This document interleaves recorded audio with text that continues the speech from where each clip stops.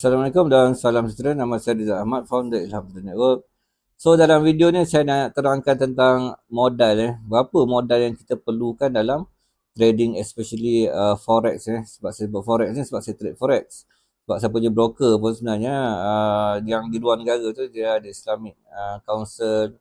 Lepas tu dia ada Suruhanjaya Islamic. Lepas tu you kena buat agreement whatever. And then bila you buka account, maksudnya gold tu tak ada, silver tu tak ada, yang mana yang tak ada, yang tidak, yang haram daripada Islamic, dia takkan ada, dia akan ada forex ni. Sebab forex ni dia tak based on gold, dia based on floating. Floating tu di atas supply and demand yang ada dalam market. Okay.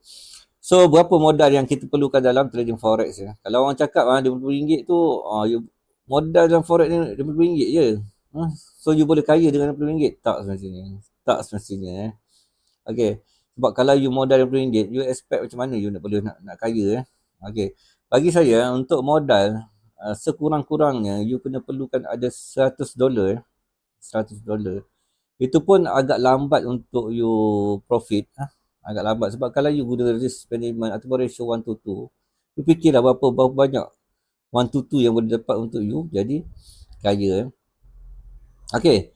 Dan saya rasa bagi saya sebenarnya $1,000 is very good untuk you jadikan modal untuk you trade. Make sure you ada ilmu. Contohnya dalam $1,000 you boleh trade dalam 2-3 pair. You boleh trade dalam 2-3 pair. So dia gunakan ratio 1 to 2 pun you still lagi boleh dapat profitable trade. Okay.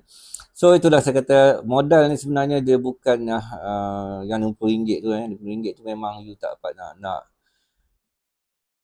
tipu lah kalau orang cakap dengan modal RM50 ni you boleh buat you kaya. Tak semestinya. So saya sarankan anda gunakan modal $100 ataupun $1,000 untuk anda trade sebagai modal untuk anda trade forex. Okay. Sekiranya anda ingin mendapatkan ebook supply ni mana, boleh klik pada link di bio. Dan jika anda jumpa video ni dalam YouTube, anda boleh klik link description untuk dapatkan ebook supply ni mana. Assalamualaikum dan salam sejahtera.